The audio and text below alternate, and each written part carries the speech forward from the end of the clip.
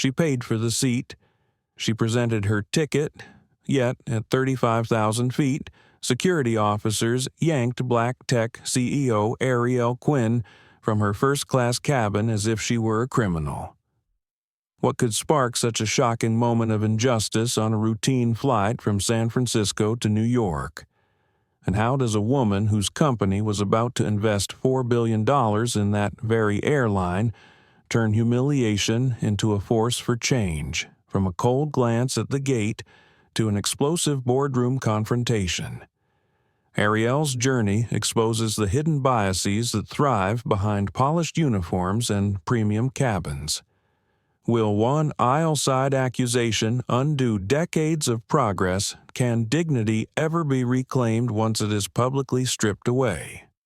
Join us as we trace Arielle Quinn's powerful stand against discrimination and watch how a single act of resistance can ignite an industry-wide reckoning.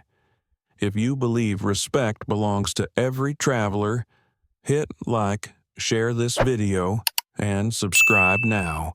Your next seat assignment is about to be filled with truth. The morning sky over San Francisco was washed in a pale, golden blue. It was the kind of quiet light that made people slow down, breathe deeper, and sip their coffee with both hands. But Arielle Quinn didn't slow down for mornings.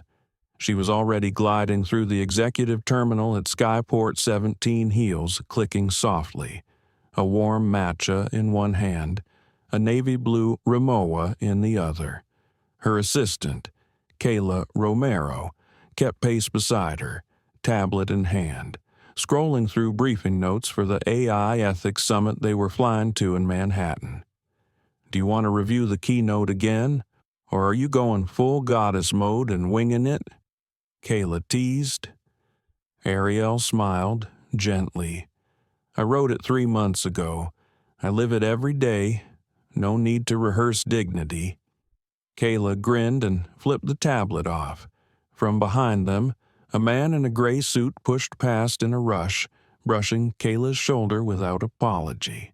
Kayla raised her brow, but Arielle just gave a soft shake of the head. Let it go. Choose peace. At 34, Arielle Quinn had become something of a legend in tech, not because she shouted the loudest, but because she was the calm that shifted storms. Born in West Baltimore, raised by a school secretary and a mechanic, graduated MIT at 21, founded VerseNet, now one of the most advanced neural learning platforms in the world. And this morning, she was flying commercial first class, not private, because, in her words, I never want to lose the view from the aisle. But today, that aisle was about to show her more than she expected. As they reached the gate, a polished chrome sign overhead read Skylure Air Flight 1782 SFO to JFK, boarding first class. The gate agent, Trevor Brandt, stood rigid behind the desk, white, mid-30s, efficient to the point of coldness. His eyes swept Arielle's face, then flicked back to her boarding pass.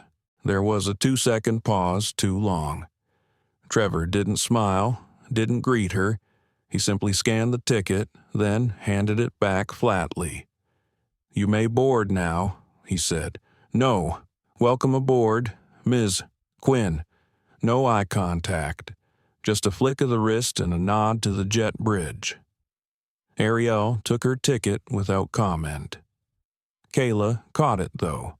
That shift in tone, that pause that didn't happen with the white couple in front of them. "I saw that," she muttered under her breath. Arielle responded with only a slight glance. "Not here. Not now." The cabin of the Skylure Air's A350 shimmered with sleek, intentional opulence. Cream leather seats, matte black cabin accents, ambient lighting set to a soft coral hue. Arielle and Kayla moved to seats 1A and 1B, left window and aisle with elegant monogrammed pillows already fluffed. As they settled in, A white flight attendant offered champagne to the older gentleman across the aisle with a warm laugh. Another passenger in 2C was offered a hot towel. Arielle adjusted her seat, waited, but no one came. She hit the call button. It blinked once. Nothing. Kayla leaned over. Maybe they're still prepping. Arielle didn't answer. Her eyes tracked Trevor the gate agent, now moving down the aisle doing a last check. His eyes passed over her seat without stopping. Just then, a man entered the cabin and tossed his duffel into the overhead bin above seat 1D with a grunt. Tall, late 40s, white, navy pinstripe suit, confidence soaked in cologne and entitlement. He glanced at Arielle and smirked. "Didn't expect to see you folks up here," he said, chuckling to himself. Arielle turned to the window, silent.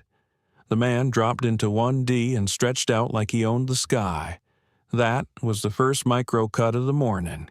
Not enough to bleed, but enough to sting. The doors closed. The cabin crew secured the cabin. A voice crackled over the intercom. "Welcome aboard Skylure Flight 1782 to New York's JFK. Estimated flight time 5 hours and 7 minutes.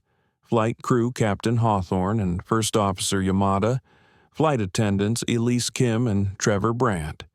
Kayla nudged Arielle. "You okay?" Arielle gave a soft nod. Just breathing through it. They both knew what she meant. Not the air pressure, the atmosphere, that thick, invisible kind of air black women learn to inhale quietly when excellence still earns suspicion. When money can buy a seat, but not always the respect that should come with it. As the plane began to taxi, Arielle took out her notebook and wrote something. Just one line. "Sometimes silence is too expensive."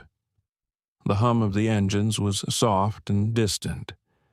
Outside the oval windows, the San Francisco runway stretched toward the horizon, a ribbon of concrete framed by sun-glinting metal and miles of open sky. Inside the cabin, there was only curated luxury and curated silence. Arielle Quinn settled deeper into her seat in 1A. The leather was buttery soft, but it felt colder than she remembered from her last Skylure flight.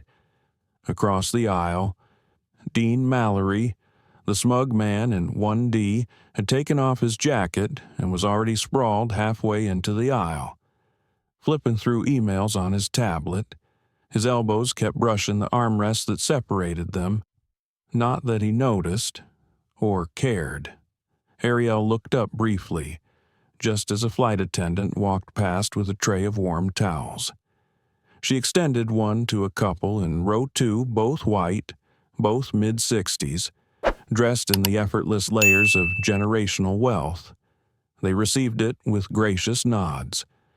The tray continued forward, then stopped. Trevor Brandt stood beside Arielle's seat. For a moment, she thought he might offer her a towel as well. Instead, he looked at her tray table. "Please secure your belongings and prepare for takeoff," he said, eyes not quite meeting hers. Arielle's journal sat neatly in front of her, a Mont Blanc pen laid beside it. She said nothing, just closed the journal, slid it into the seat pocket, and folded her hands. Trevor moved on without a thank you. Kayla leaned slightly toward her from 1B. "You see that?" "Right." Arielle gave a faint nod. "I didn't imagine it," Kayla whispered. "No." Arielle replied softly. "You didn't." The aircraft eased into position for takeoff. The soft chime of the safety signal rang out. A few moments later, they were airborne. The seatbelt light remained on as they climbed, and then the cabin settled into its rhythm. Trays clinked, pages turned, murmured conversations rose and fell like the tide. Arielle took a breath, long and measured. She had no desire to read into every interaction. She had lived too long, worked too hard, built too much to spend energy dissecting microaggressions. But sometimes the pattern spoke for itself. Trevor returned down the aisle, pushing a cart of refreshments. When he reached row 1, he turned to Dean Mallory first. "Would you care for champagne, sir, or a whiskey?" Dean grinned. "Whiskey? Make it double." Trevor poured it with flair, even tossed in a single square ice cube, crystal clear. Dean nodded approvingly and winked toward Arielle. "She looks like she could use one, too." Arielle said nothing. Trevor looked down at her. "And you?" Her mouth was dry. The air in the cabin had grown thin. "Just water. Thank you." Trevor blinked once. No nod, no acknowledgement. He moved to the next row. Kayla narrowed her eyes. He didn't even write that down. Arielle stared straight ahead. "He's going to forget it. He already did." Arielle said quietly. Minutes passed. Dean sipped his whiskey. The couple behind them laughed softly over shared earbuds. No water came. The call button glowed above Arielle's head, blinking patiently like a heartbeat waiting to be acknowledged. No one came. Arielle reached up and turned it off. Somewhere behind her, someone sneezed. A child giggled. Life in the cabin carried on. Kayla pressed the call button above her seat instead. Elise Kim appeared within seconds. A different energy altogether. Her steps were quick, her expression alert, almost apologetic even before she spoke. "Hi there. Can I help you with something?" Kayla gestured to Arielle. "She requested water about 10 minutes ago." Elise blinked. "Of course. I'll bring it right away. I'm sorry for the delay." She turned on her heel and returned moments later with a glass of water placed gently on Arielle's tray table. "I'm really sorry. I wasn't aware that hadn't been delivered. Please let me know if there's anything else I can do." Arielle met her eyes. They held for a beat. Elise's gaze was genuine.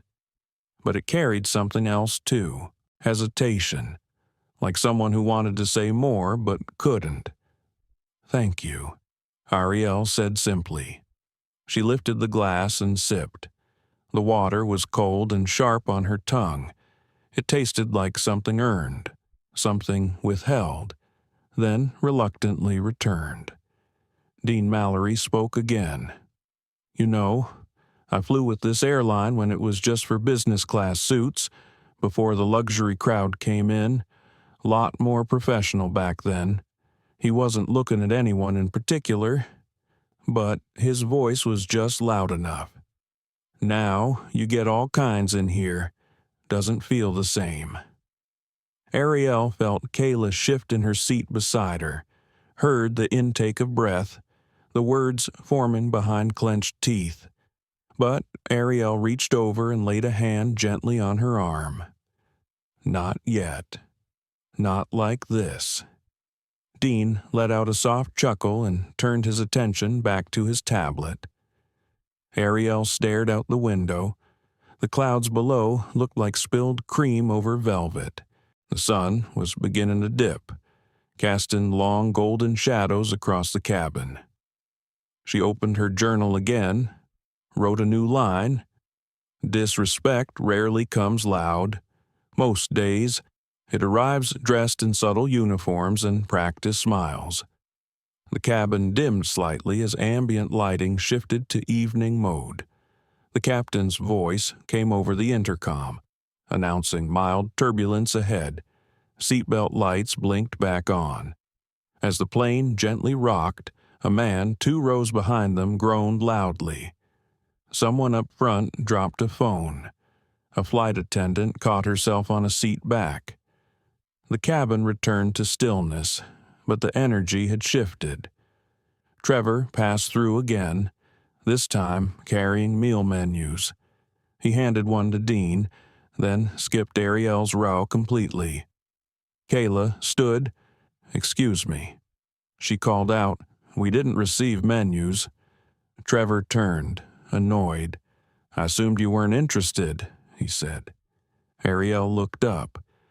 Why would you assume that he opened his mouth, then closed it? The words hadn't caught up to the implication. He handed them 2 menus and walked away without another word. Arielle watched him go. For a moment, she thought about saying something, about calling him back, about asking him if he knew who she was, if he understood that the company she owned was preparing to invest billions into his employer, but she didn't. Not yet. She had learned long ago that power didn't need to announce itself. Sometimes it waited, sometimes it watched, sometimes it collected receipts outside the window. The sun slipped further down the sky, fading into that color between fire and dusk. Arielle closed her eyes, leaned her head against the seat, and let the quiet wrap around her. Her thoughts drifted, not toward revenge, but toward precision. She had come here in good faith, but something was shifting now, and the sky had a way of revealing who people truly were, long before the landing gear ever touched ground.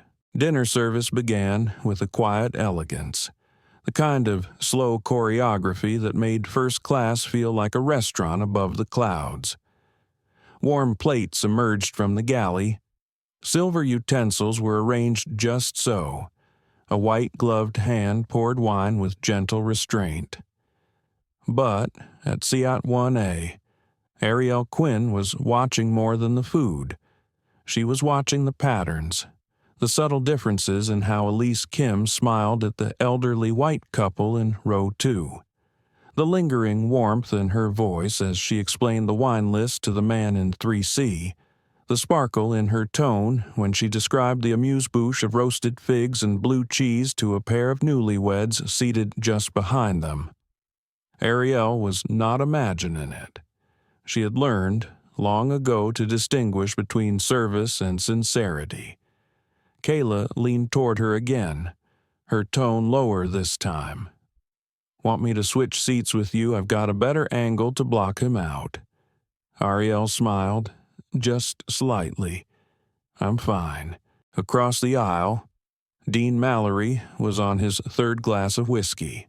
His posture had grown lazier. The sharp creases in his suit had begun to loosen, replaced with a kind of haphazard comfort. He glanced at Arielle and Kayla, eyes half-lidded. "You know," he said, without invitation. "I have to say I'm surprised." Arielle didn't look at him. She had her reasons. "You two don't seem like the typical, well, you know, the typical passengers on this flight." Kayla blinked. Arielle responded without turning her head. "What exactly does that mean?" Dean chuckled and leaned back in his seat. "Just saying. You don't look like hedge fund people, or legacy members, more like influencers or something. But hey, the world's changing, right?" He raised his glass, as if in toast. Arielle turned to him then, calmly, quietly. "I built a company that now processes over 28% of global neural data for autonomous navigation. We are currently advising the Department of Energy and the European Commission. And we were considering a $4 billion tech integration with Skylure Air." Dean blinked, suddenly unsure if he had misheard. Arielle's voice remained level, soft. "So no, I'm not an influencer." Dean let out a laugh that didn't quite land. "Well then, my mistake." Arielle turned away again. The exchange was done, but Kayla was still vibrating beside her, jaw tense. "He's lucky you're not me," she whispered. Arielle gave a half-smile. "He's lucky I don't waste my voice on men trying to measure their comfort with my existence." From the galley, Elise returned, this time with 2 trays balanced in her arms. She placed one in front of Arielle, the other in front of Kayla. Her voice was kind again, but quieter than before. Grilled salmon with lemon couscous. Would you care for any sparkling water or juice? Sparkling water. Please, Arielle replied. Elise nodded and disappeared again. Kayla reached for her fork, then hesitated. Do you think she's genuine, or just trying to smooth things over? I think she's stuck, Arielle said. Between policy and personhood, the salmon was good, clean, flaky, but Arielle's appetite had dulled. She thought about the summit in New York, the keynote panel on algorithmic bias, the irony of discussing systemic discrimination while being fed cold judgment 35,000 feet in the air. It wasn't the first time. It wouldn't be the last. But there was something different today. A pressure building, not of rage, but of truth waiting to be spoken. The cabin lights dimmed slightly. Night settings. The cabin was preparing for descent in another 2 hours. Arielle set down her fork and reached for her water glass. It was empty again. She pushed the call button once, this time. Trevor came, not Elise. He stood at her elbow, arms crossed in front of him. Yes, could I get a refill of sparkling water? Trevor stared at the empty glass as if unsure it had ever been full. Then he nodded and walked off. Kayla watched him go. That man has never once smiled. Not even once. Arielle didn't respond. Trevor returned with a small bottle. He opened it and poured it without speaking. Then he turned to leave. No eye contact, no courtesy, just a cold retreat into the galley. Arielle lifted the glass to her lips. The bubbles fizzed softly against her tongue. It tasted like carbon and distance. She wondered how many people had sat in that same seat and felt the same thing. Not always because of race, sometimes because of weight, or age, or disability, or gender expression, or simply because they didn't fit some unspoken image of who deserved to be treated well. That was the thing about prejudice. It was rarely loud. It wore uniforms, polished shoes, a name tag over the heart, and a smile that never quite reached the eyes. Elise passed again. Her eyes met Arielle's for just a second, and in that second, there was something like regret or fear, maybe both. Dean stood suddenly, making his way toward the lavatory. As he passed, he leaned in and whispered toward Arielle's ear. Watch your step. Wouldn't want to trip on your ego. Kayla sat up straight. Are you serious right now? Arielle put a hand on Kayla's arm again. Gentle, grounded. Dean was already gone. Elise returned a few moments later, knelt by Arielle's seat. I saw what he said. Arielle said nothing. Elise glanced around to be sure no one was listening. I can file a report. We have protocol for verbal misconduct. Arielle looked down at her glass. Would it make a difference? Elise's pause said everything. I'm sorry, she whispered. It shouldn't be like this. Then she was gone. Kayla leaned back, folded her arms, and exhaled hard. You know what the worst part is? Arielle looked at her. It's not even shocking anymore. That's the worst part. Arielle didn't respond, not right away.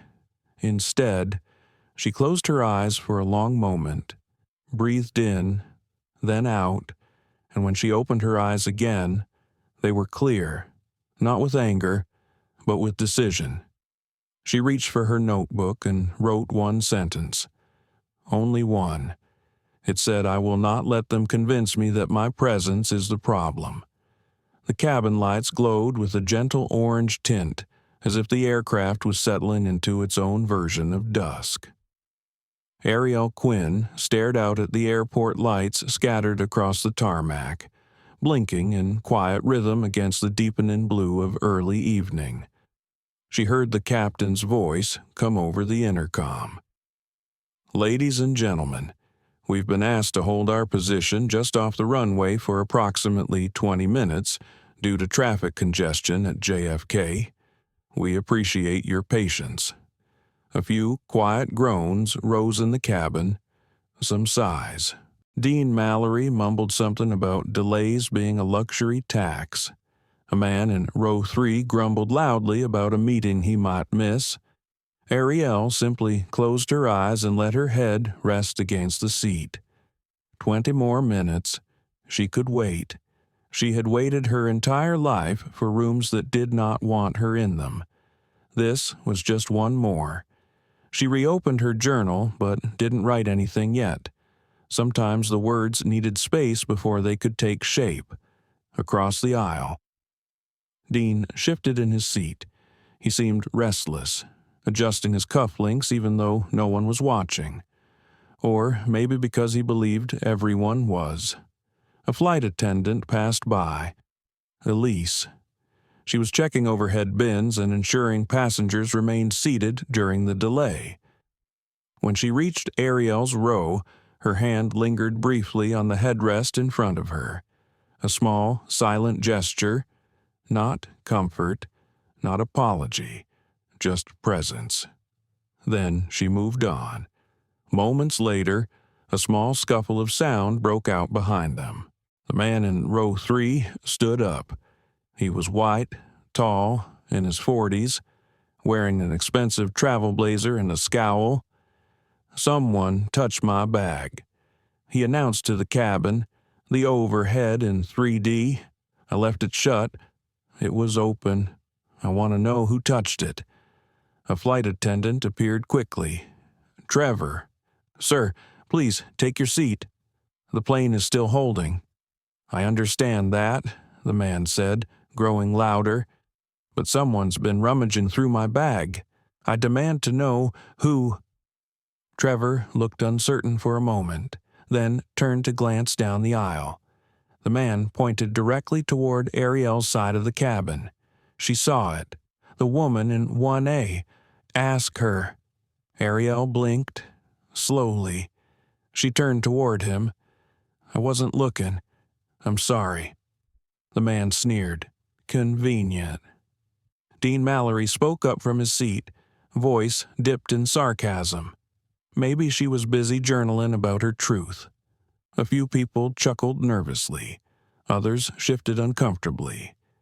Elise returned quickly, stepping in beside Trevor. "Sir, we'll review the cameras after landing. Please remain seated." The man in row 3 reluctantly sat down again, but his eyes lingered on Arielle, cold and suspicious. Trevor glanced down at Arielle. "Did you see anything I just said?" "I didn't," she replied evenly. Trevor nodded, but the look in his eyes said something else. Doubt. Kayla shifted in her seat. "You've got to be kidding me." Arielle gave her a small glance. "Not now. Not yet." Dean leaned in again, voice quieter this time. Must be exhausting, pretending to be calm all the time. Arielle didn't respond. Not to him, not to the man behind her, not to Trevor. Instead, she looked down at her hands. They were still, but her pulse tapped quietly beneath her wrist. She took another breath and turned the page in her journal. She wrote one sentence. It said, "Being composed does not mean I am not tired. It means I know how to protect myself." The turbulence began then. A slow, steady rattle like distant thunder moving through the bones of the aircraft. The overhead bins trembled. A few phones slipped off trays. The seatbelt sign lit up again. Trevor's voice came over the speaker.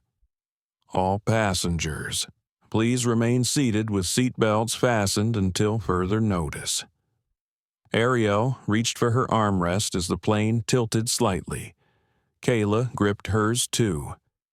Dean lurched forward suddenly, bumping his knee into the aisle and nearly falling into Arielle's seat. He caught himself, then turned toward her. "You stuck your foot out." Arielle blinked. "I didn't move."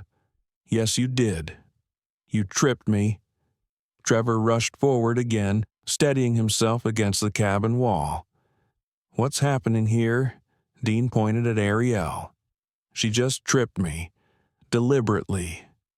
Arielle's voice was soft but clear. "I've been seated this whole time." Trevor looked between them. For a second, there was silence. Elise arrived too, stepping around Kayla and standing at Arielle's side. She looked at Arielle, then Dean, then back to Trevor.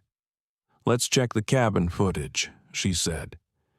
Trevor's jaw tensed. Dean huffed and returned to his seat. Arielle remained still. Kayla turned toward Trevor. "Are you seriously considering removing her based on this man's word?" Trevor didn't answer. Instead, he looked away. The turbulence began to settle. Outside, the lights of JFK were getting closer. The captain announced descent. Arielle closed her journal again. She looked around the cabin and saw the glances. Not direct stares, just small flickers of eyes. Passengers watching but not speaking. Thinking but not acting.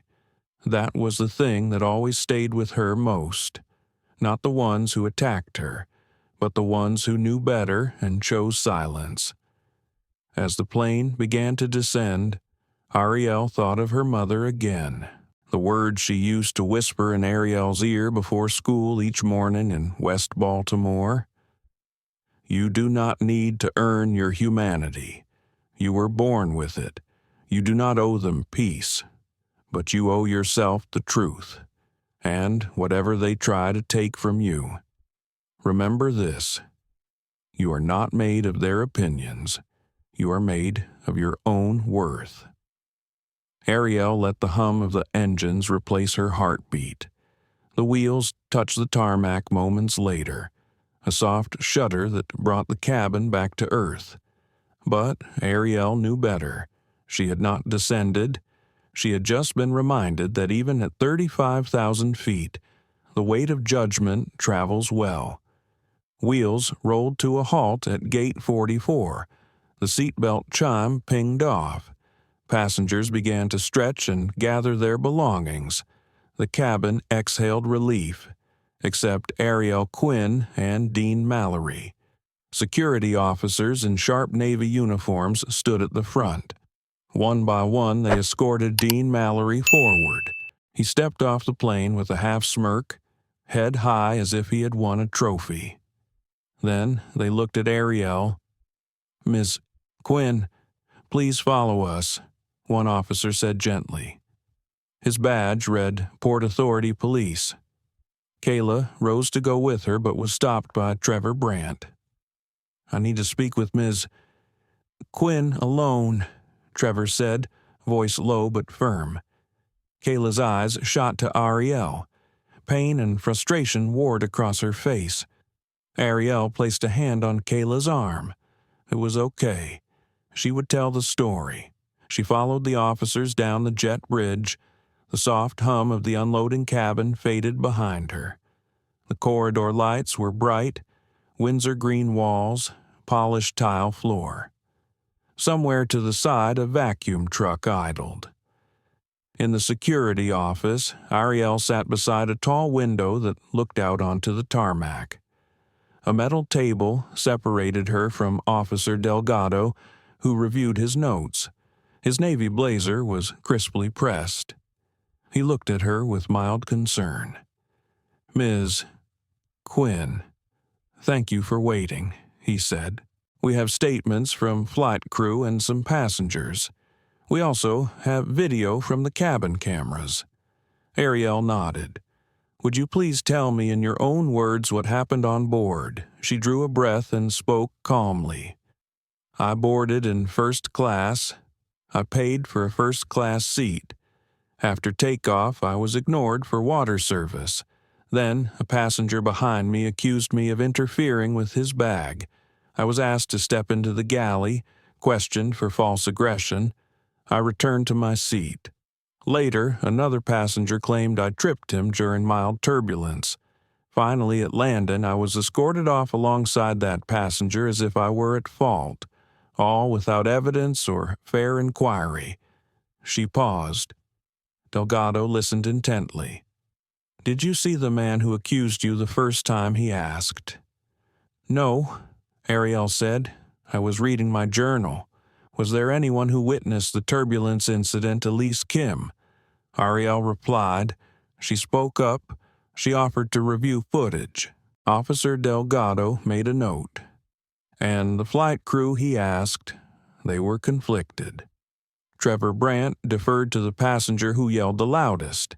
Elise wanted to help, but felt constrained by protocol. Officer Delgado nodded. "Ms. Quinn," he said softly, "the video footage confirms your account. The passenger's bag never moved until turbulence hit him, and you did not leave your seat. The crew procedure was overzealous." He closed the file and pushed it to the corner of the desk. "You are free to go," he said. "We have no further questions." Arielle rose, offering a small nod of thanks. "Would you like an apology?" Officer Delgado asked. She considered. Protocol had been followed. Justice was restored. "No, thank you," she said. "I have what I need." Her phone buzzed in her pocket. A message from Kayla reading, "Many passengers are outraged. Videos are already online." Arielle stepped out of the office into a bright corridor. Kayla rushed forward and enveloped her in a side hug. "They believe you," Kayla whispered. "We have footage going viral already." Arielle squeezed her shoulder. "Let's save the celebration." Together, they walked through the terminal, past other travelers. Some offered sympathetic nods. A few snapped photos discreetly as they passed. Outside the terminal, a black SUV was waiting. The driver handed Arielle a phone-charging cable. "Ma'am, your device." She plugged it in. The screen glowed with notifications, Twitter feed exploding, news alerts, direct messages flooding in. Kayla scrolled through a thread. Headline says, "Black Tech CEO publicly shames Airline." Arielle tapped her screen. She saw dozens of videos clipped from the cabin cameras, shot by passengers. Dean Mallory's outburst, the turbulence moment, her calm insistence that she had not moved. The final walk down the aisle flanked by security. She exhaled slowly. "It's going to go everywhere." Kayla nodded. "They'll want your statement." Arielle looked out at the city lights. "First things first. Tomorrow morning I have a meeting with Skylure leadership. I need to be ready." Kayla placed a hand on Arielle's back. "I'll have everything prepared." The next morning, Arielle stepped into Skylure Air's New York headquarters. The lobby was a cavern of glass and steel, mirrored floors stretching under a high atrium ceiling. Two security personnel greeted her at the desk. They scanned her invitation on a tablet and directed her toward the elevators. Up on the top floor, she entered a boardroom where an oval walnut table filled most of the space. Floor-to-ceiling windows framed the Manhattan skyline. A row of board members sat waiting: Leonard Westcott, the CEO, in a gray suit, CFO Rebecca Sloan in a sleek skirt, a senior vice president of operations, and two external advisors. Kayla stood behind Arielle, tablet in hand. Westcott rose and extended a hand. His smile was practiced. "Ms. Quinn, thank you for coming on short notice." Arielle shook his hand, glanced around the room. She felt the weight of their gazes, some friendly, some wary. "Thank you for making time," she said. "I understand you wanted to discuss our proposed investment in your tech integration." "Yes," Westcott said. "We are excited about the potential $4 billion partnership.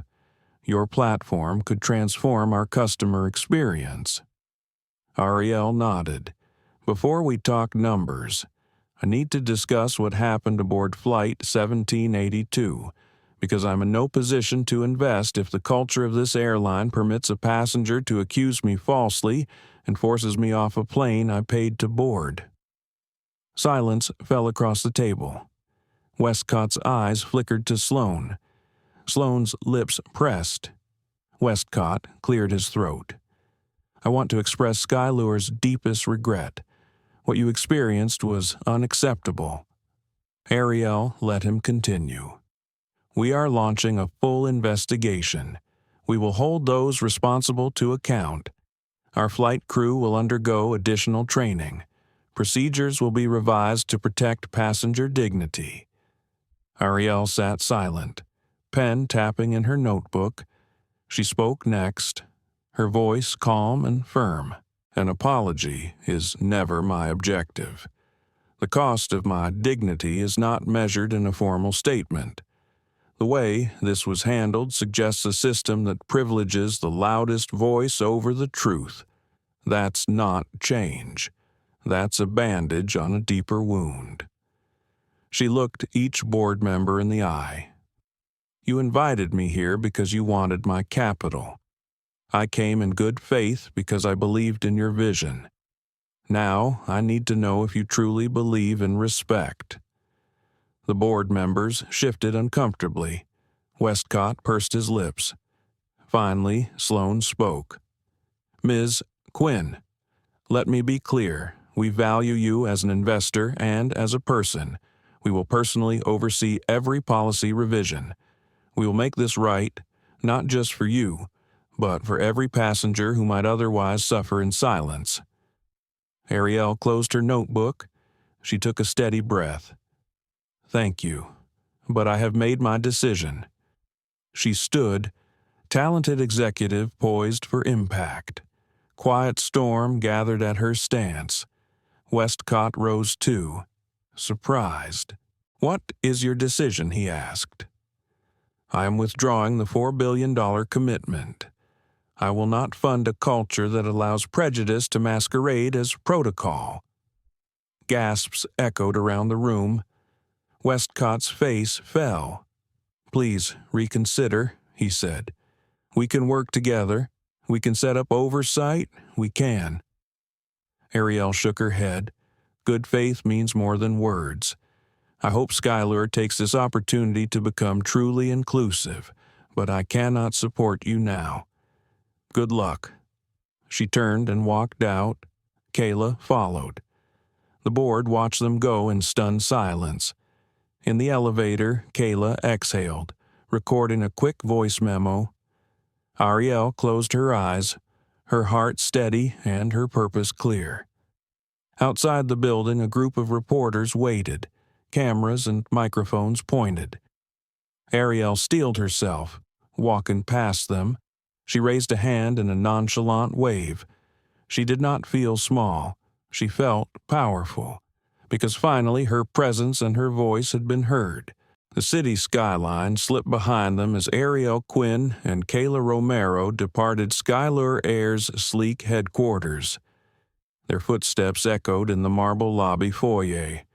No words passed between them. There was no need. Everything had changed. Outside, a black SUV idled at the curb. Its engine hummed like a subdued chorus awaiting cue. The driver opened the rear door politely. Arielle settled into the plush leather seat. Kayla slid in beside her. The door closed with a soft click. Arielle exhaled. The tension in her shoulders eased as the vehicle pulled away. Traffic lights blinked red and green. Taxis honked. Horns and sirens wove a tapestry of city life that felt both distant and immediate. Kayla tapped her tablet. Notifications poured in. Headlines splashed across screens. tech titan, denies airline a $4 billion lifeline. First-class fiasco is sky, luxury, and illusion. Black CEO stands firm against corporate racism. Arielle watched the images scroll by. Video stills captured her calm expression in the conference room. Bystanders who had tried to speak up during the flight. News anchors replaying short clips of Dean Mallory's accusations and the security escort. She felt an odd mixture of vindication and exhaustion. Vindication because the truth was finally unfolding in front of millions of eyes. Exhaustion because she knew the fight was far from over. Kayla cleared her throat. Your inbox is full. You have requests from every major network. They want interviews, feature stories. Arielle nodded. She turned her gaze to the window. The traffic lights had turned amber and then green. A cyclist weaved between cars. A pedestrian dashed across the street. Life accelerated all around her. We'll handle it, she said. Prioritize a sit-down with one network, something deep, not sound bites. Kayla made notes. What about the email from NovaJet? Arielle's lips curved into a small smile. NovaJet was the small airline startup she had been advising quietly. They prided themselves on equity and respect. Their founder had reached out with immediate support, promises of partnership and sponsorship. Draft a response, Arielle said. Thank them for offering to highlight inclusive practices. I want to appear on their platform once we have a solid plan. Kayla tapped rapidly on her tablet.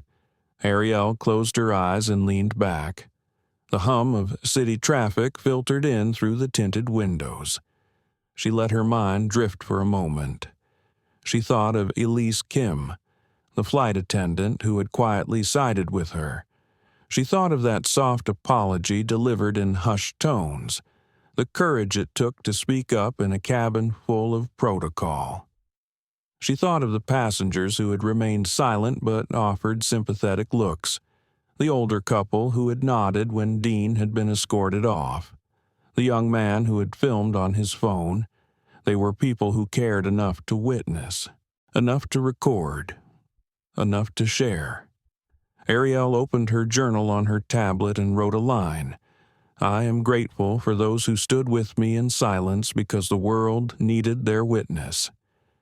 The SUV turned onto Park Avenue. Streetlights cast long patterns through the windows. Buildings rose like glass stalagmites. Evening traffic slowed, but did not stop. Travelers hustled toward subways and restaurants. A saxophonist played a soulful tune under an overpass. Arielle thought about the summit. In 2 days, she would stand before a crowd of experts talking about bias in artificial intelligence. She would speak about data integrity and ethical algorithms. She would mention the Skylar incident as a case study. But she also knew it would be deeper than code and policy. It would be about human behavior, about how data reflected collective choices, about how algorithms could never be truly neutral if the humans who designed them were not held accountable. The SUV came to a stop at a traffic light. The rearview mirror caught her reflection. She saw a face both strong and vulnerable, poised and tired, resolute and wary. Her phone buzzed again. A text from her mother back in Baltimore. Did you eat yet, daughter? Are you safe? Proud of you always? Arielle's throat felt tight. She typed back, I'm okay. I will eat soon. Thank you. She slipped the phone back into her purse. Sometimes the words mattered most when they were personal and unfiltered. When the light turned green, the SUV rolled forward. They approached a familiar street corner. The Art Deco facade of their favorite quiet bistro flickered overhead. A faint glow from inside promised comfort. Kayla looked at Arielle. Do you want dinner? Arielle nodded. Let's debrief there. Inside the bistro, they found a corner booth. The waitress greeted them by name. They ordered soup and salads. The low light and soft music wrapped around them like an embrace. Kayla leaned in. Tomorrow's schedule is packed. You have a sit-down with NovaJet PR, then the summit panel, then a live broadcast interview at 6. Arielle closed her eyes briefly. Make sure I have 15 minutes alone before the broadcast. I need to center. Kayla nodded. Consider it done. They ate in comfortable silence for a few moments. Arielle sipped her broth. Warmth spread through her chest. She felt the steady thrum of life returning. Her mind floated back to the early morning at Skyport 17, the click of her heels on polished floors, the cold scan of her boarding pass, the uneven welcome. She realized how that moment had defined the entire scope of the day, how a single pause had set off a chain reaction that ended at this bistro booth in New York City. Arielle placed her napkin on the table. Kayla, she said softly, thank you for staying steady. Kayla reached out and squeezed her hand. Always. Across the table. Arielle closed her eyes. She allowed herself one small moment of rest. One small moment of peace. Because tomorrow would demand her full force again. It would require her voice, her presence, her conviction. But tonight she would let the city hum around her. Let the night sky hold its breadth of stars and possibilities. Let the whispers of the day settle into purpose. Outside, on Park Avenue, the lights still blinked, travelers still walked, buses still rumbled, and in every window a story was waiting to be told. Arielle Quinn lifted her head, met Kayla's gaze, and smiled. The world was watching now, and she would speak loud enough that they could no longer remain silent. The aircraft rolled to gate 27 and finally came to rest. Seatbelt chimes pinged off and a soft murmur rose in the cabin as passengers reached for belongings. Some stretched tired limbs, others checked their phones. The world was already moving outside. Arielle Quinn sat motionless in her seat at 1A. The tray table was upright. Her journal and pen lay undisturbed. She did not reach for her phone. She did not turn to Kayla. For a moment, she simply allowed her body to be still. A hush settled among the first-class passengers. They had witnessed what had just happened. Some faces held sympathy. Some had averted their eyes in discomfort. A few recorded snippets on small devices, as if history could be captured by a lens. The flight attendant, Dimitri, paused at aisle 1. His name tag glinted under the cabin lights. He looked at Arielle, then at the officers waiting at the front of the plane. His expression shifted to concern. Arielle rose slowly. She picked up her carry bag and slipped her arm through the strap. Kayla did the same beside her. The captain's voice came over the speaker.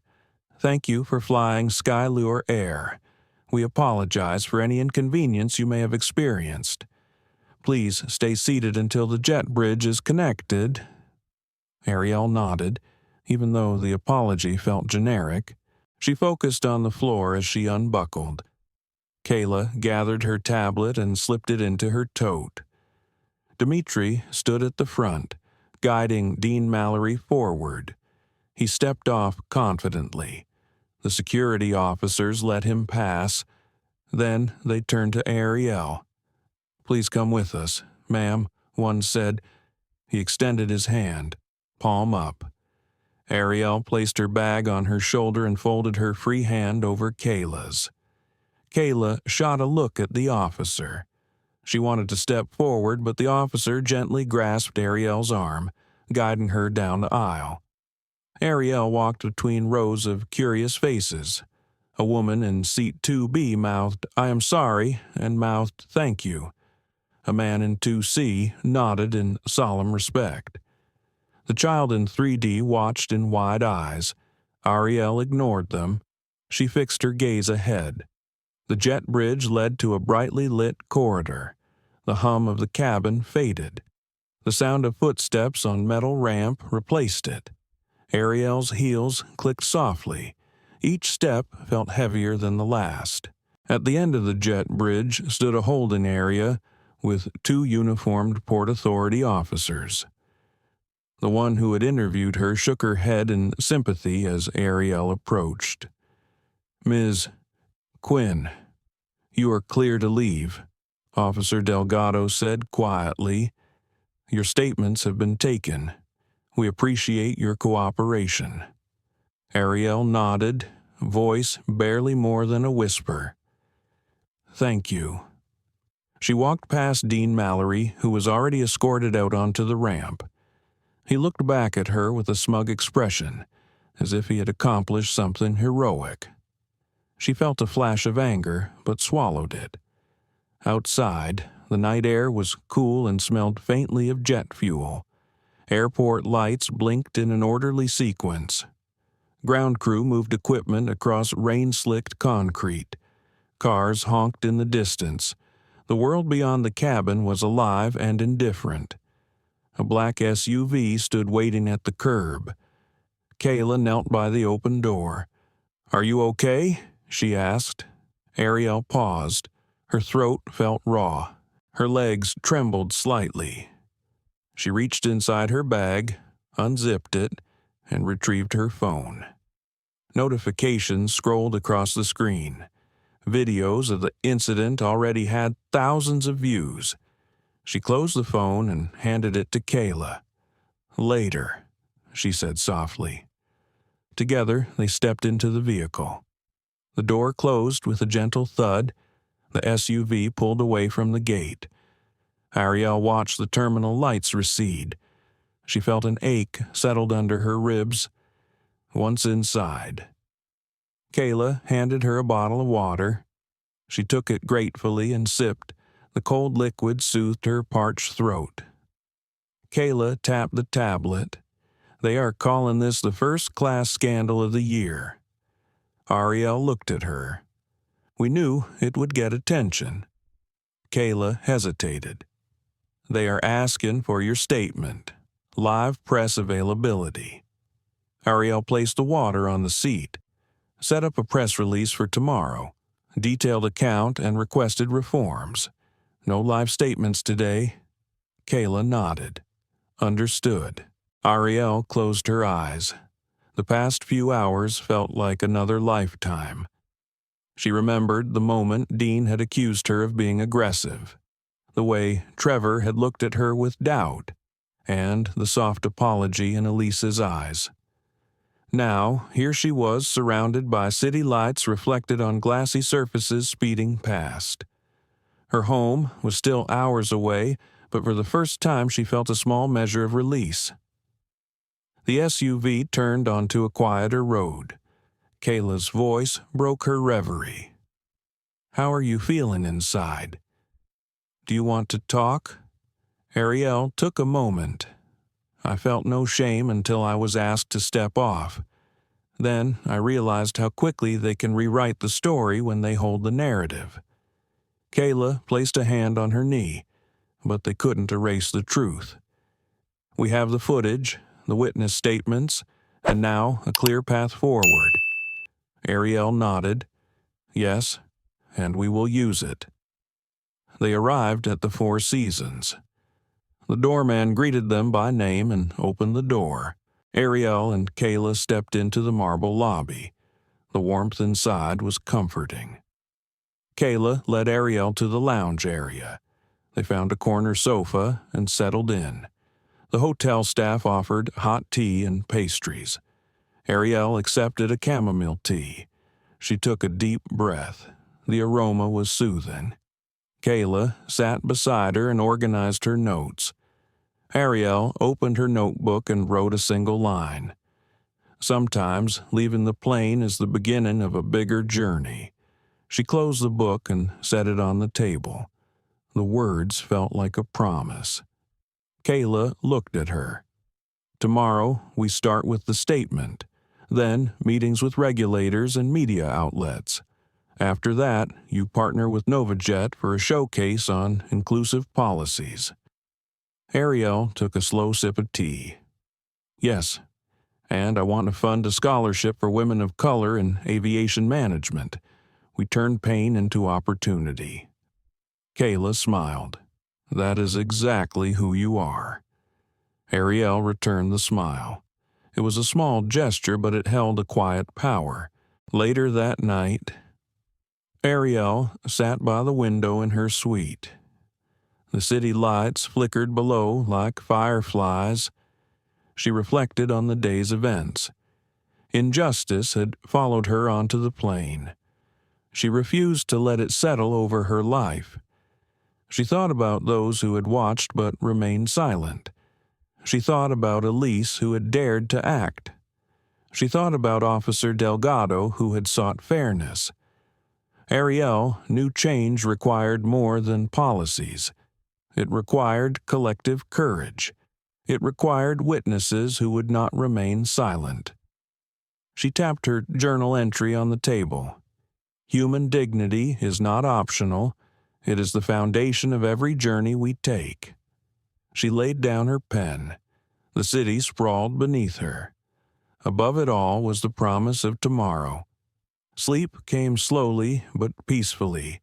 In her dreams, she flew above the clouds free of weight. The sky belonged to everyone who dared to claim it. Arielle Quinn arrived at the Skylure Air's headquarters once more. The lobby was familiar now. Glass walls stretched high above. Minimalist sculptures hovered over polished floors. She found the receptionist behind her desk looking uneasy. Arielle offered a small, reassuring nod as she passed. Kayla Romero trailed behind with a folder of documents. Arielle felt the weight of purpose settle across her shoulders. Today was not about investment. Today was about accountability. They stepped into the elevator. The doors slid shut without a sound. Numbers ticked upward. Floor 35, floor 36. When the doors opened, they faced a long corridor lined with framed photographs of gleaming aircraft and corporate milestones. Kayla stopped at a door marked Executive Conference Room. Arielle took a breath and wrapped her fingers around the handle. She opened the door and entered. Inside, the room felt colder than she remembered. The walnut table still dominated the center. Surrounding it were leather chairs that hosted company leadership. Leonard Westcott sat at the head, Rebecca Sloan to his right. Next to her, the senior vice president of operations, 2 board directors, and an outside consultant from the Department of Transportation. Arielle stepped forward and Kayla closed the door behind them. Westcott rose, eyes flicking to the door before he greeted her. Ms. Quinn, thank you for meeting with us again, he said, voice measured. Arielle inclined her head. Thank you for inviting me at such short notice. Westcott gestured toward the chairs opposite him. She took her seat. Kayla sat beside her quietly. Westcott cleared his throat. We have spent the last 24 hours reviewing footage. We have interviewed the flight crew and security. We are deeply sorry. His apology felt careful and overly scripted. Arielle said nothing as she watched the faces around the table.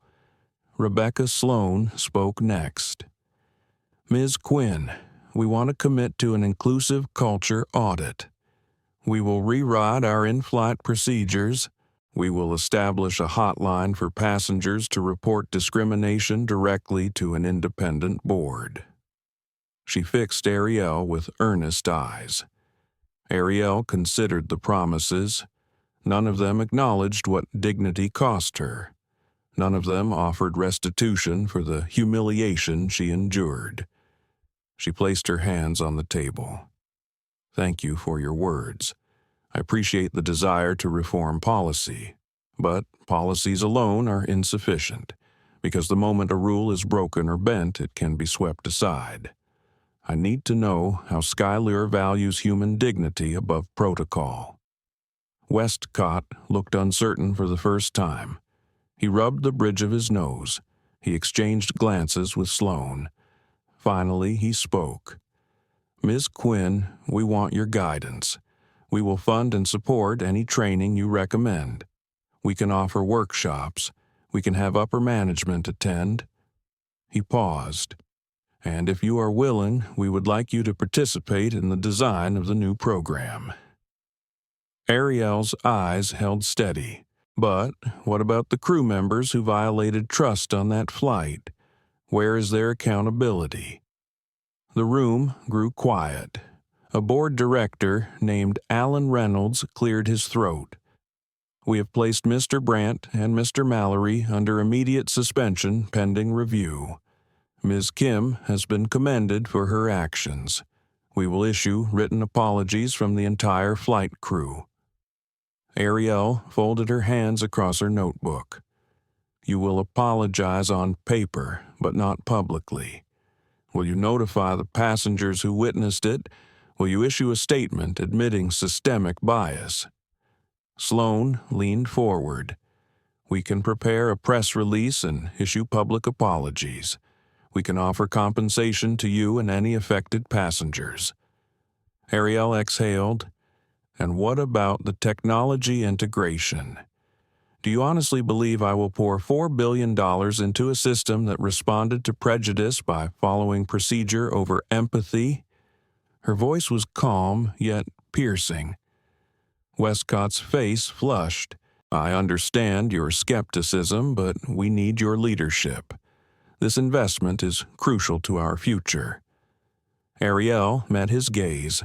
My leadership, or my money. She closed her notebook. I will not proceed with funding until I see measurable change, until I know that every Skylure passenger will be treated with respect no matter their race or status. The table thudded as Westcott slammed his palm down lightly. Ms. Quinn, that is outrageous. We offered solutions. Arielle tilted her head. Solutions without consequences are empty.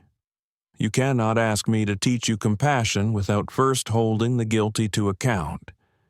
The senior vice president fidgeted with his pen. We can terminate employment. We can revise protocols. We can hire new trainers. Arielle held up a hand. You can do all of that. But until Skylure Air demonstrates that it values dignity more than profit, I will not give a single dollar, and I will make sure that this story reaches every boardroom and shareholder until change happens. Her words echoed in the high-ceilinged room. Westcott closed his eyes briefly. Please, Miss Quinn, reconsider. This is a business decision for both of us. Arielle rose. My mind is made up. She stepped around the table with Kayla close behind. Westcott lowered his head and tapped for silence. But Arielle did not turn back. In the hallway outside, she let Kayla guide her forward. A sense of relief washed through her. Not victory, not yet, but clarity. She had offered opportunities for redemption. She had demanded true accountability. Now the ball was in Skylure's court. They would either rise to the challenge or fall back on empty promises. As they passed the glass wall overlooking the city, Arielle pressed her hand against the cool surface. Below, taxiways glimmered like veins of light. Planes waited patiently for departure. She squeezed her eyes shut for a moment. Then she faced forward. The future was hers to influence, and she would not give it away until justice had wings. The morning sun filtered through the broad windows of Arielle Quinn's suite at the Four Seasons. Golden light danced on the mahogany desk where her laptop sat open. A fresh pot of coffee steamed on a side table. Kayla Romero moved quietly, preparing a final checklist for the day. Arielle rose from the bed where she had spent a few precious hours sleeping. Her shoulders felt lighter than the day before. The day's agenda was clear. There would be no wavering, no polite meetings for the appearance of progress. Today was about action. She sat at the desk and opened a new document. The draft email to Skylure Air leadership glowed on the screen. She read it once, then again. It began with gratitude for their willingness to discuss change. Then it laid out clear expectations for measurable reforms and independent oversight. Finally, it stated her decision. She typed the key sentence, "I regret to inform you that I am formally withdrawing the $4 billion investment previously committed to Skylure Air, effective immediately." She paused. The words felt precise. They held the power to shift futures. She saved the draft. Kayla glanced over her shoulder. Everything set for the press release. "No changes," Arielle said. "This is final." Kayla nodded and hit send on the Skylure email. Simultaneously, she distributed the press release to major outlets.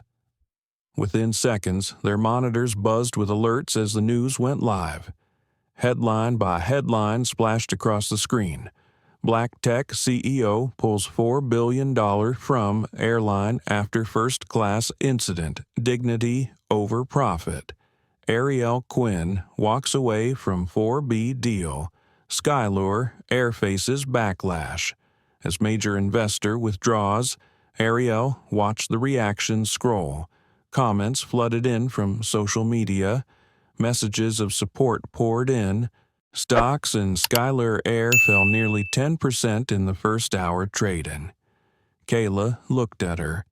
"It's having immediate impact." Arielle stood. "Good. Let them feel the weight of inaction." Kayla closed her laptop.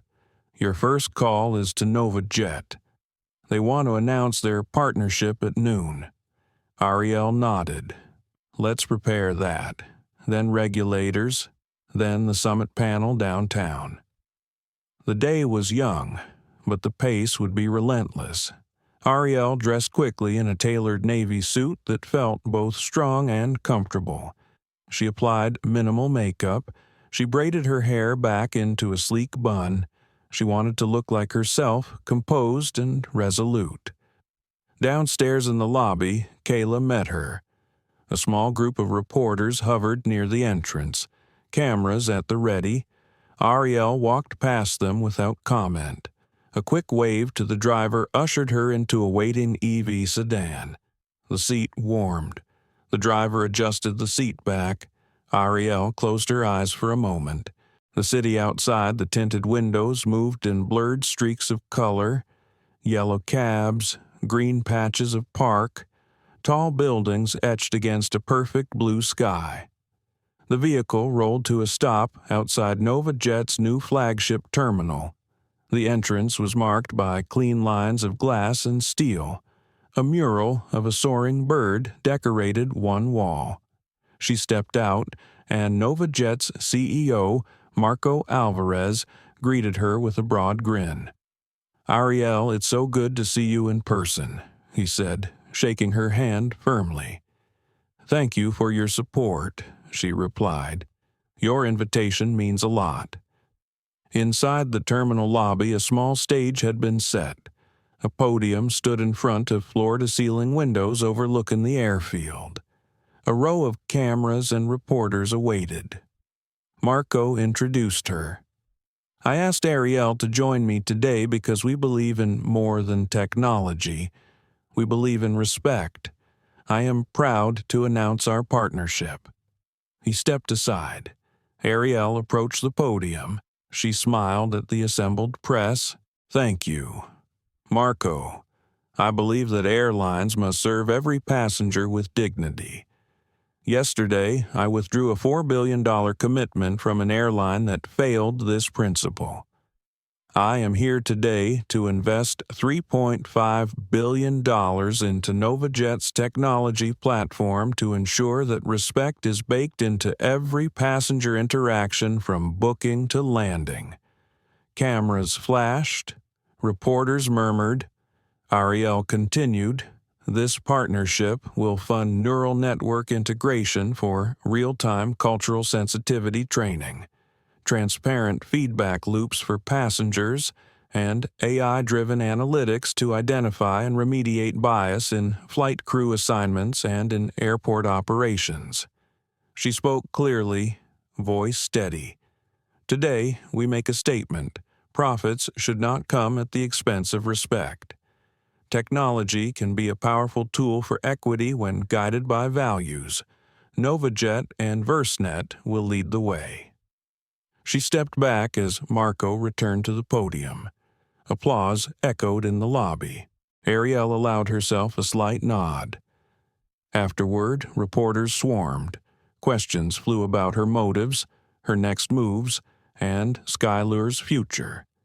She answered briefly and precisely. "Respect must be a standard, not a bonus. My support now flows to those who share this belief." Then she left, returning to the EV sedan.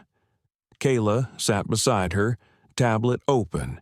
"Investors and analysts are calling you the new voice of ethical capital," Kayla said.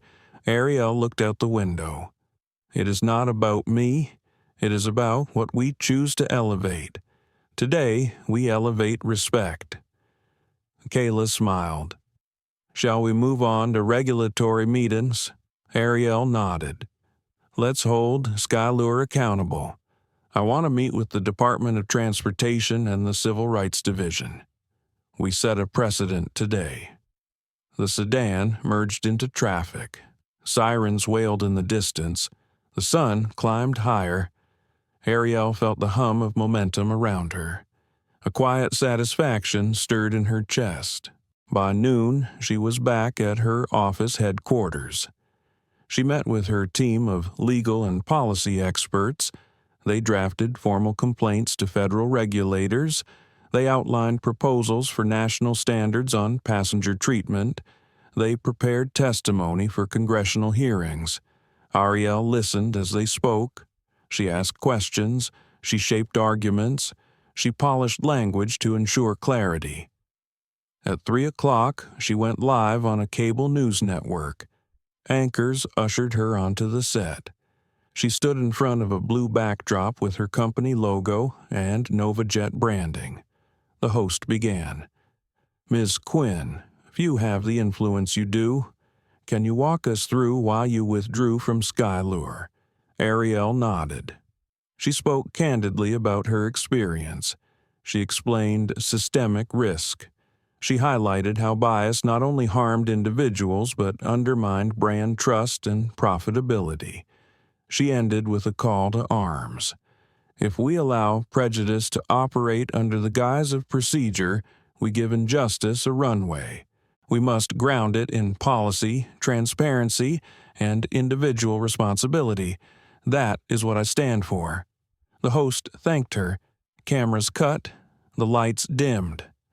Arielle exhaled. She removed her earpiece. Kayla met her outside the studio. "That was powerful." "Thank you," Arielle said. Now the summit. They arrived at the conference center where the AI Ethics Summit was in full swing. Speakers in sleek suits and colorful silk dresses milled about. Lanyards clicked, notepads rustled, coffee spilled. Arielle's turn was next. They walked onto the stage. A soft spotlight found her. The audience hushed. She took the microphone. "Good afternoon. Yesterday, I boarded a plane expecting service. Instead, I experienced a system bound by bias. Today, I board a new journey." Her keynote wove together personal narrative and policy prescriptions.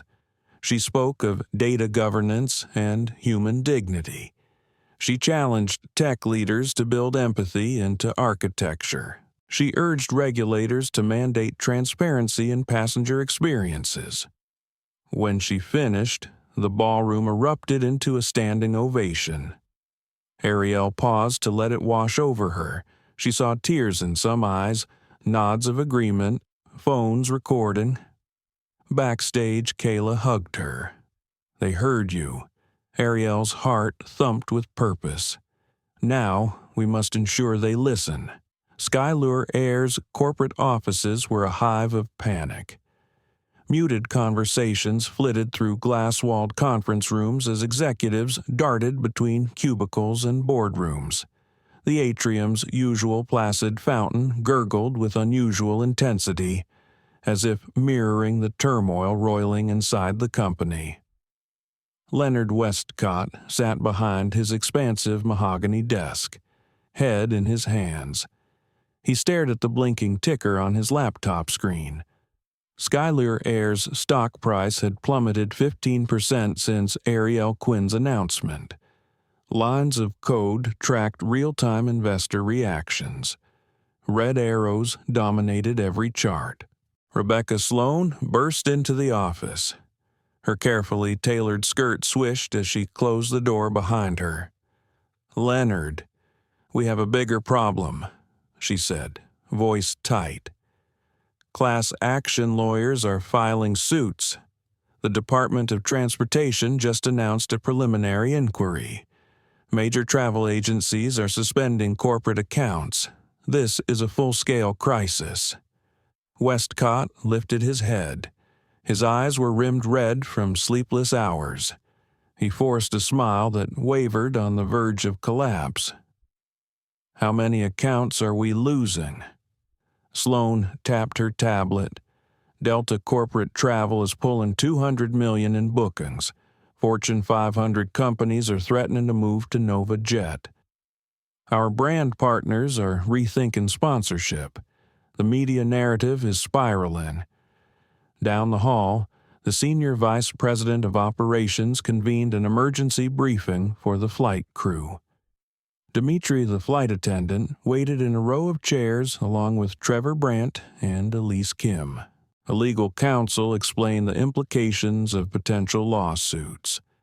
A human resources director passed out statements they were required to sign, acknowledging their roles in the incident. Trevor shifted uncomfortably under the bright lights. "I was just following procedure," he said, voice wavering. Elise glanced at him with sorrowful eyes. "But protocol does not justify prejudice." She replied, "We failed our customers." Outside the executive offices, Skylure employees whispered in hushed tones. Some scrolled through news feeds on their phones. Others watched the company intranet for guidance. The message boards were flooded with anxious questions about layoffs, restructuring, and leadership changes. In Westcott's office, Sloan delivered the grim news. "Investors want a scapegoat," she said. "They are calling for someone to resign.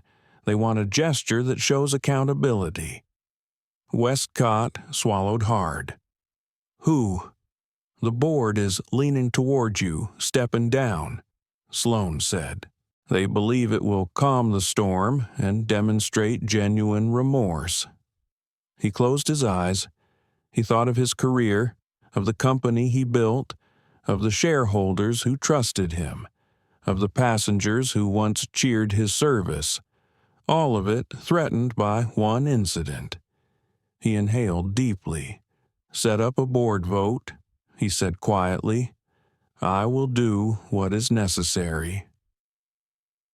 A press conference was scheduled for 11 that morning. Reporters lined up outside the tall glass building, smartphones in hand. They filmed as Westcott emerged with his board directors behind him. Sloan stood at his left. The consultant from the Department of Transportation stood at his right. Westcott cleared his throat at the podium. His voice sounded small under the cameras.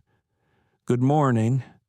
As CEO of Skylure Air, I failed to uphold the standards of respect and dignity we profess. I accept full responsibility for the actions of our staff on Flight 1782.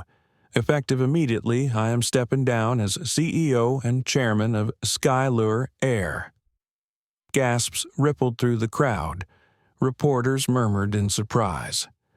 I have recommended our board appoint Rebecca Sloan as interim CEO. I will remain available to ensure a smooth transition.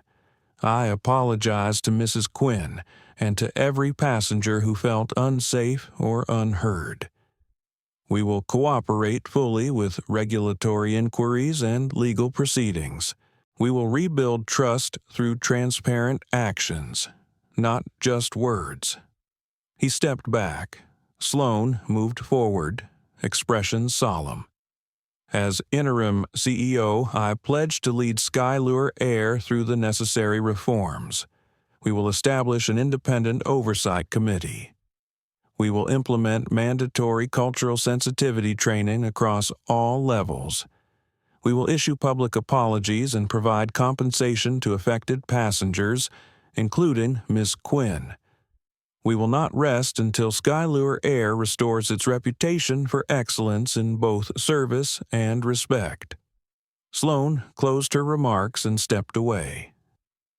The board directors filed past and re-entered the building. Reporters jostled to ask questions. Westcott's legacy had taken a hit so severe that an entire era of leadership ended in a moment. Inside a legal office across town, class action attorneys reviewed the filings. A senior partner tapped a stack of complaints deliberately. "Ms. Quinn's experience is the spark," he said, "but this case exposes systemic issues that affect every passenger of color. We will represent all affected travelers who experience discrimination. We demand compensation and structural changes. The damages could exceed $400 million. His junior associate nodded eagerly.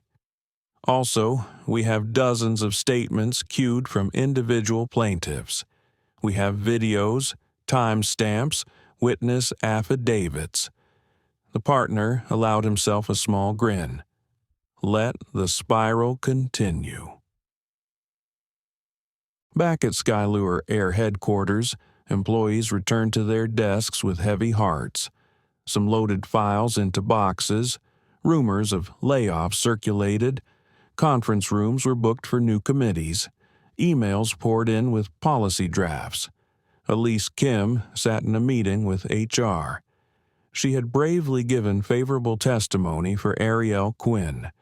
Now she was being recognized.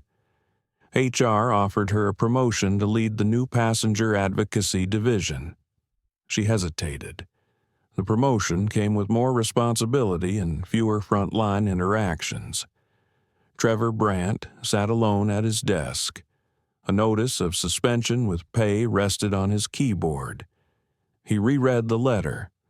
In his heart, he believed he had done nothing wrong.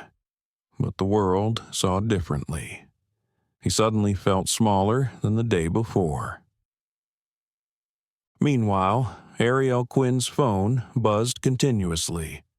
Headlines about Westcott's resignation, Sloan's appointment, the class action suits, and the regulatory inquiry swirled across feeds. She watched the market reaction. Skylure Air's stock continued to slide. She sat with Kayla in her Manhattan office. The walls were lined with awards and framed photos of VerseNet milestones. Arielle stared at a particular photo, her first pitch at MIT. She traced her finger along the edge of the frame. "What's the number on the class action suit?" she asked. Kayla opened her tablet. Estimated potential liabilities at around $300 million initially. Could grow if other airlines get sued. Arielle nodded. "Damage is done," she said, "but this proves accountability can be swift and painful. We have to make sure it's also lasting." Kayla tapped a document. Regulators want to consult you on new federal guidelines. Your expertise on algorithmic bias and customer service platforms is in demand. Arielle considered. We will propose industry-wide standards. No more pockets where discrimination hides. Every airline must adopt transparent feedback and auditing. Kayla smiled. Allies are lining up. Legislators, consumer advocacy groups, technology partners. Arielle exhaled. This is the real ripple effect. It is not just Skylure that must learn, it is the entire industry. Morning light filtered into Arielle Quinn's penthouse office overlooking Central Park. The room felt buoyant with possibility. Reports on her desk showed a surge in ethical investment inquiries and invitations from nonprofits seeking collaboration on equity initiatives. Her phone buzzed with texts from school administrators, civil rights leaders, and STEM program directors. Kayla Romero entered with 2 mugs of green tea. She handed one to Arielle and settled across the desk, her eyes bright. The proposal for the Aviation Scholarship Program is ready, Kayla said. We have agreements drafted with 5 universities and 3 flight academies. They'll recruit women of color into every aspect of airline operations. Arielle smiled and sipped her tea, warmth spreading through her chest. Let's expand it, she said. Add mentorship from retired pilots and executives. Include hands-on workshops in tech, customer service, and leadership. Kayla typed notes. We'll call it the Quinn Aviation Fellowship. Arielle nodded. Perfect. Her thoughts drifted back to that flight. The weight of prejudice, the cost of dignity. She had refused to stay silent. Now the path ahead was clear. She would plant seeds so that future travelers would find airports and airplanes rooted in respect. Within days, Arielle joined a coalition of industry leaders, regulators, and civil rights organizations. They met in a Washington, D.C., conference room ringed by flags and portraits of past transportation secretaries. A table rolled with coffee and pastries bore banners that read, Passenger Equity Initiative. Arielle took her seat beside a congresswoman, a travel union leader, and the head of a major FAA division. The room buzzed with urgency and purpose. The congresswoman opened the meeting. We must craft national standards to prevent discrimination in air travel. We thank Ms. Quinn for leading this effort. Arielle rose, her calm authority immediately capturing attention. Thank you. My experience was a catalyst, but it reflects systems that fail vulnerable passengers every day. We need enforceable guidelines with transparent accountability. She outlined proposals mandatory bias training certified by independent bodies, real-time reporting mechanisms for passengers, quarterly audits of flight deck and cabin crew interactions, and anonymized data analytics to detect patterns of inequity. The union leader nodded.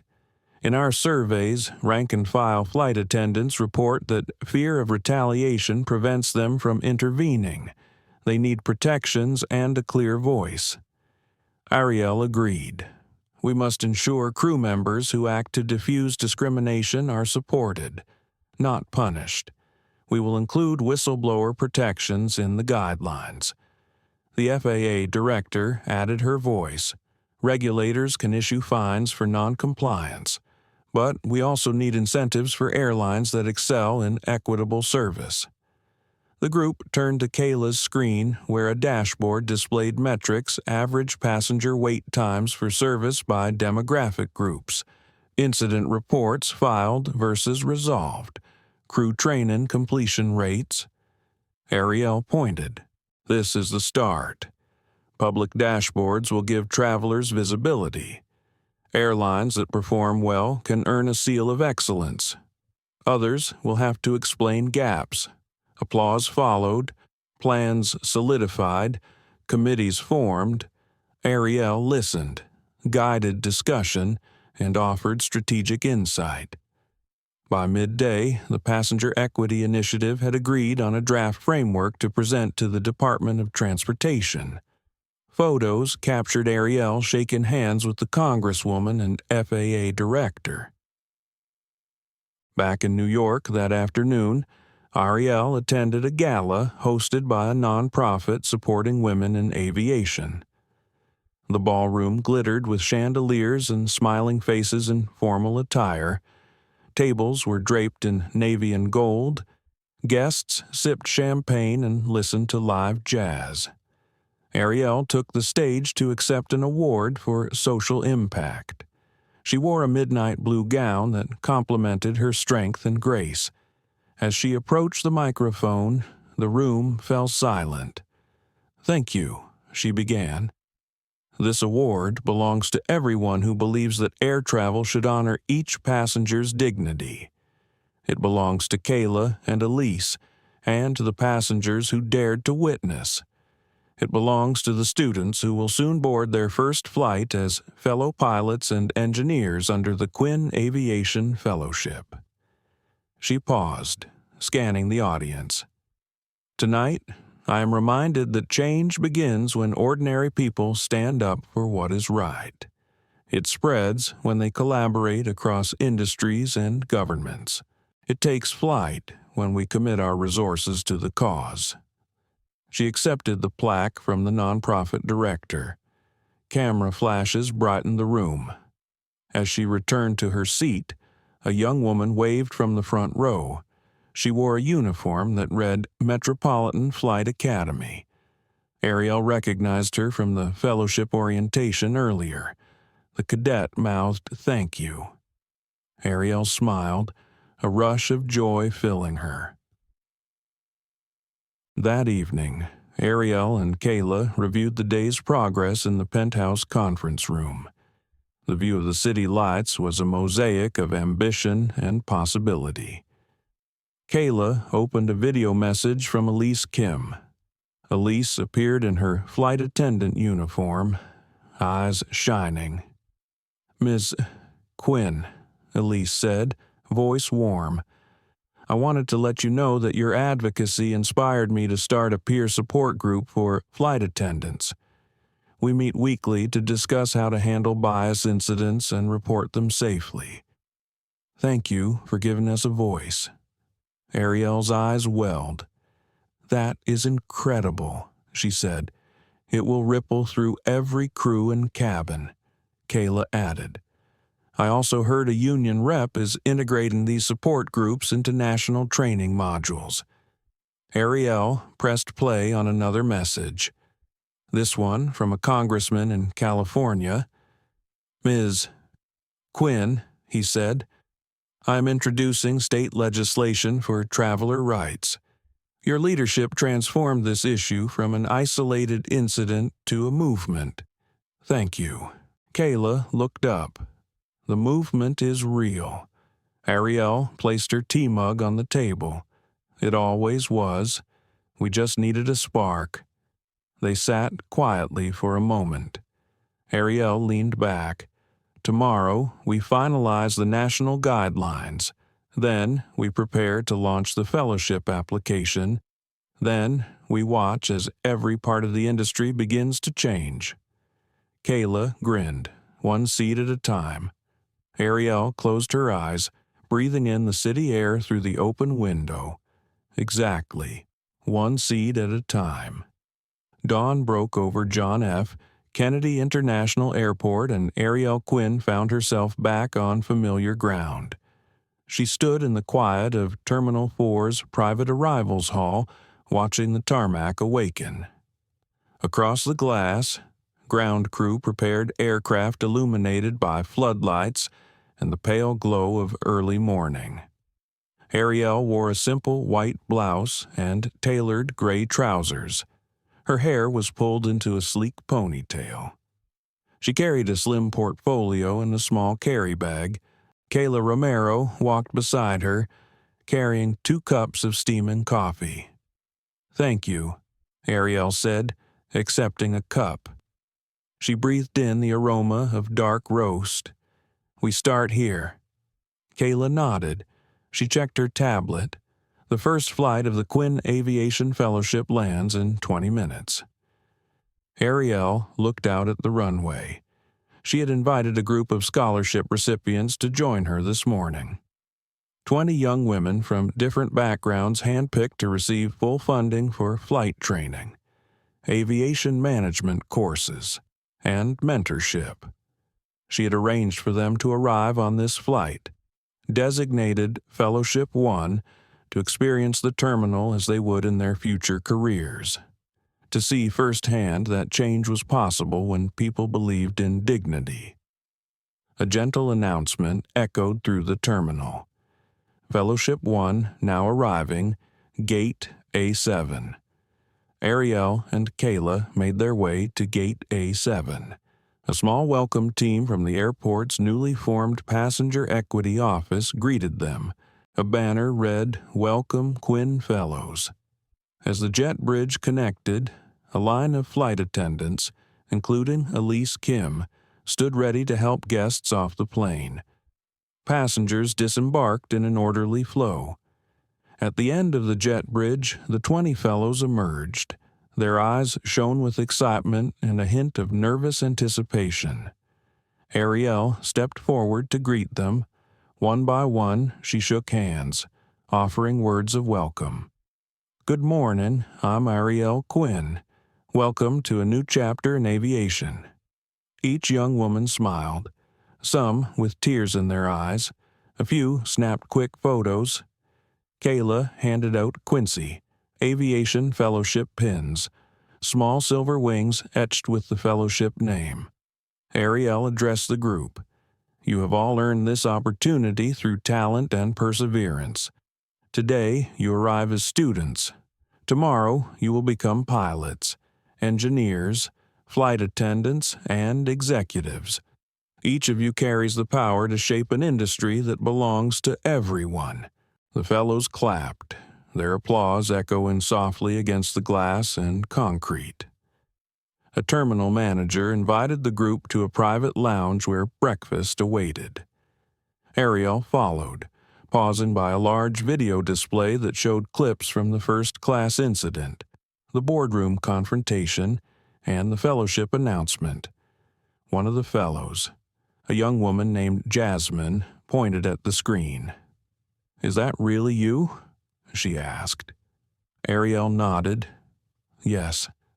I was that nervous person in seat 1A facing injustice. I did not choose to stay silent, and today I choose to help make sure no one else has to stay silent either." Jasmine nodded, tears welling. "Thank you for standing up," she said. Arielle squeezed her shoulder. "You are the future. Thank you for joining this journey." Breakfast concluded, and the group took a guided tour of the new Passenger Equity Office. The walls were painted light blue. Digital dashboards tracked service metrics in real time, highlighting progress and areas needing attention. A suggestion drop box sat on a counter where both passengers and staff could leave comments anonymously. Arielle guided them past workstations where analysts reviewed data on wait times, complaint resolution rates, and demographic feedback. This office will serve as the central hub for monitoring passenger dignity across all terminals. Arielle explained, "We will publish monthly reports so passengers and the public can see how airlines perform." The fellows were amazed. One asked if they could propose new ideas. Arielle beamed. "Absolutely. Your voices matter here. This is your space as much as anyone's." In the corner, a wall mural depicted a diverse group of travelers stepping onto an ascending staircase of clouds. At the top of the staircase, the words carved above read, "The sky belongs to everyone." The group gathered beneath the mural. Arielle stood before it. "This is why we do this," she said, because the sky does not belong to a single class or color. It belongs to every person who dreams of flight, who deserves respect, who carries potential. Later, Arielle met with federal regulators in a nearby conference room. The Department of Transportation secretary and her team awaited them. Kayla provided dossiers on policy progress and fellowship initiatives. Arielle spoke about lessons learned. We must sustain momentum beyond headlines. We must integrate equity into every policy, every system, and every training program. The fellowship proves that investment in people drives innovation and inclusion. The regulators nodded. They discussed timelines for rulemaking, enforcement mechanisms, and passenger submission channels. Arielle's voice carried authority tempered with collaboration. By midday, the corridors were alive with news crews returning to film segments on the fellowship arrivals. Journalists filmed reactions of the fellows, capture interviews with Arielle, and spoke to airport staff who now wore pins reading Equity Advocate. Arielle allowed a brief interview. I believe this morning shows what happens when people choose action over apathy. Each of these fellows demonstrates that dignity fuels possibility. When we invest in people, we lift the entire industry. She glanced at Jasmine, who stood nearby, now adjusting her fellowship pin. As afternoon arrived, Arielle and Kayla returned to their SUVs.